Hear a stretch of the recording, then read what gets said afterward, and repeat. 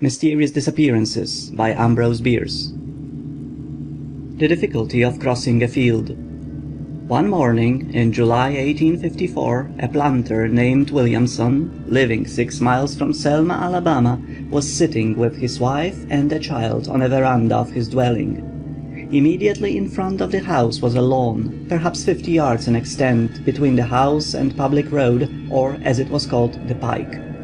Beyond this road lay a close-cropped pasture of some 10 acres, level and without a tree, rock, or any natural or artificial object on its surface. At the time there was not even a domestic animal in the field. In another field, beyond the pasture, a dozen slaves were at work under an overseer. Throwing away the stump of a cigar, the planter rose, saying, "I forgot to tell Andrew about those horses." Andrew was the overseer. Williamson strolled leisurely down the gravel walk, plucking a flower as he went, passed across the road and into the pasture, pausing a moment as he closed the gate leading into it to greet a passing neighbor, Armour Wren, who lived on an adjoining plantation. Mr. Wren was in an open carriage with his son James, a lad of 13. When he had driven some 200 yards from the point of meeting, Mr. Wren said to his son, "I forgot to tell Mr. Williamson about those horses." Mr. Wren had sold to Mr. Williamson some horses, which were to have been sent for that day, but for some reason, not now remembered, it would be inconvenient to deliver them until the morrow. The coachman was directed to drive back, and as the vehicle turned, Williamson was seen by all three walking leisurely across the pasture. At that moment one of the coach horses stumbled and came near falling. It had no more than fairly recovered itself when James Wren cried, "Why, father, what has become of Mr. Williamson?" It is not the purpose of this narrative to answer that question. Mr. Wren's strange account of the matter, given under oath in the course of legal proceedings relating to the Williamson estate, here follows. My son's exclamation caused me to look toward the spot where I had seen the deceased an instant before, but he was not there, nor was he anywhere visible. I cannot say that at the moment I was greatly startled, or realized the gravity of the occurrence, though I thought it singular. My son, however, was greatly astonished, and kept repeating his question in different forms until we arrived at the gate. My black boy Sam was similarly affected, even in a greater degree, but I reckon more by my son's manner than by anything he had himself observed.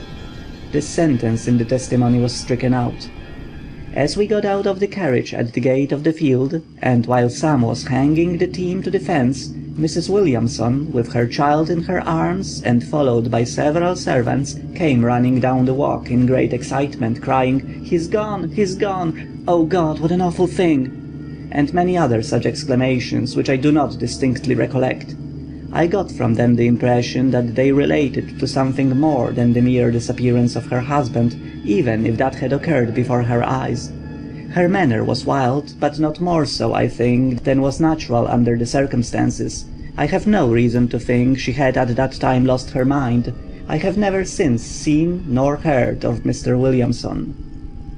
This testimony, as might have been expected, was corroborated in almost every particular by the only other eye-witness, if that is a proper term, the lad James. Mrs. Williamson had lost her reason, and the servants were, of course, not competent to testify. The boy James Wren had declared at first that he saw the disappearance, but there is nothing of this in his testimony given in court. None of the field hands working in the field to which Williamson was going had seen him at all, and the most rigorous search of the entire plantation and adjoining country failed to supply a clue. The most monstrous and grotesque fictions originating with the blacks were current in that part of the state for many years, and probably are to this day, but what has been here related is all that is certainly known of the matter. The courts decided that Williamson was dead, and his estate was distributed according to law. An unfinished race. James Byrne Warson was a shoemaker who lived in Leamington, Warwickshire, England. He had a little shop in one of the byways leading off the road to Warwick. In his humble sphere he was esteemed an honest man, although like many of his class in English towns he was somewhat addicted to drink. When in liquor he would make foolish wagers. On one of these too frequent occasions he was boasting of his prowess as a pedestrian and athlete, and the outcome was a match against nature. For a stake of 1 sovereign he undertook to run all the way to Coventry and back, a distance of something more than 40 miles. This was on the 3rd day of September in 1873. He set out at once, the man with whom he had made the bet, whose name is not remembered, accompanied by Barham Wise, a linen draper, and Hammerson Burns, a photographer I think, following in a light cart or wagon. For several miles Worson went on very well, at an easy gait, without apparent fatigue, for he had really great powers of endurance, and was not sufficiently intoxicated to enfeeble them. The 3 men in the wagon kept a short distance in the rear, giving him occasional friendly chaff or encouragement as the spirit moved them. Suddenly, in the very middle of the roadway, not a dozen yards from them, and with their eyes full upon him, the man seemed to stumble, pitched headlong forward, uttered a terrible cry, and vanished. He did not fall to the earth, he vanished before touching it. No trace of him was ever discovered. After remaining at and about the spot for some time, with aimless irresolution, the 3 men returned to Leamington, told their astonishing story, and were afterwards taken into custody. But they were of good standing, had always been considered truthful, were sober at the time of the occurrence, and nothing ever transpired to discredit their sworn account of their extraordinary adventure, concerning the truth of which, nevertheless, public opinion was divided throughout the United Kingdom. If they had something to conceal, their choice of means is certainly one of the most amazing ever made by sane human beings. Charles Ashmore's Trail. The family of Christian Ashmore consisted of his wife, his mother, 2 grown daughters, and a son of 16 years.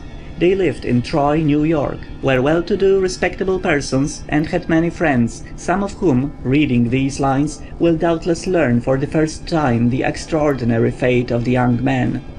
From Troy the Ashmores moved in 1871 or 1872 to Richmond, Indiana, and a year or 2 later to the vicinity of Quincy, Illinois, where Mr. Ashmore bought a farm and lived on it.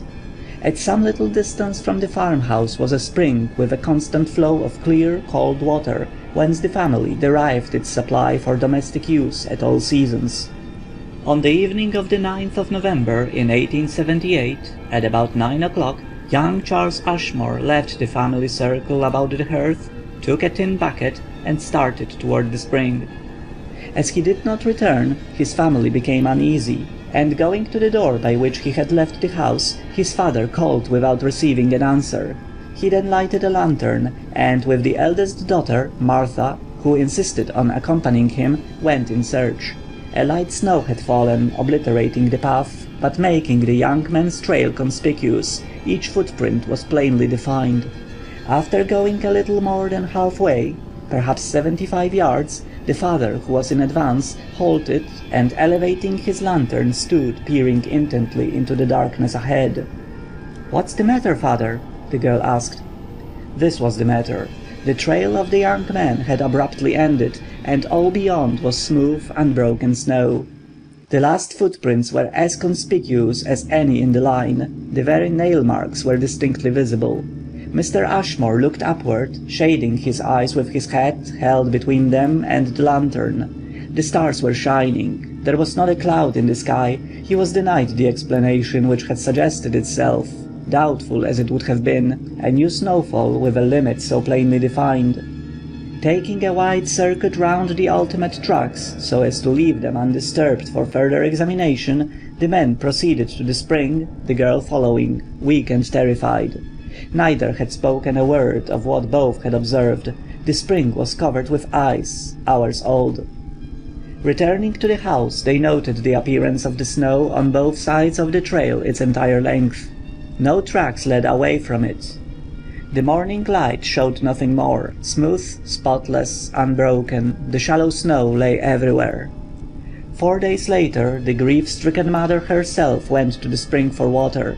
She came back, and related that in passing the spot where the footprints had ended, she had heard the voice of her son, and had been eagerly calling to him, wandering about the place, as she had fancied the voice to be now in one direction, now in another, until she was exhausted with fatigue and emotion. Questioned as to what the voice had said, she was unable to tell, yet averred that the words were perfectly distinct.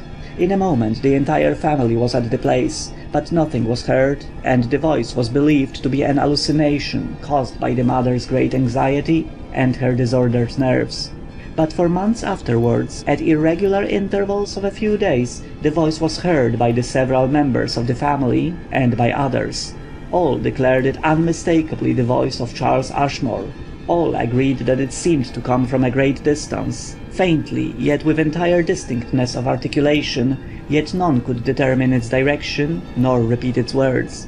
The intervals of silence grew longer and longer, the voice fainter and fainter, and by midsummer it was heard no more.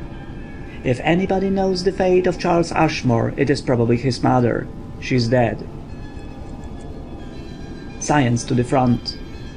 In connection with the subject of mysterious disappearance, of which every memory is stored with abundant example, it is pertinent to note the belief of Dr. Hem of Leipzig, not by way of explanation, unless the reader may choose to take it so, but because of its intrinsic interest as a singular speculation. This distinguished scientist has expounded his views in a book entitled Verschwinden und seine Theorie, which has attracted some attention, particularly, says one writer, among the followers of Hegel and mathematicians who hold to the actual existence of a so-called non-Euclidean space, that is to say, of space which has more dimensions than length, breadth, and thickness, space in which it would be possible to tie a knot in an endless cord and to turn a rubber ball inside out without a solution of its continuity, or, in other words, without breaking or cracking it. Dr. Hem believes that in the visible world there are void places, vacua, or something more, holes, as it were, through which animate and inanimate objects may fall into the invisible world and be seen and heard no more. The theory is something like this. Space is pervaded by luminiferous ether, which is a material thing, as much a substance as air or water, although almost infinitely more attenuated. All force, all forms of energy must be propagated in this. Every process must take place in it which takes place at all.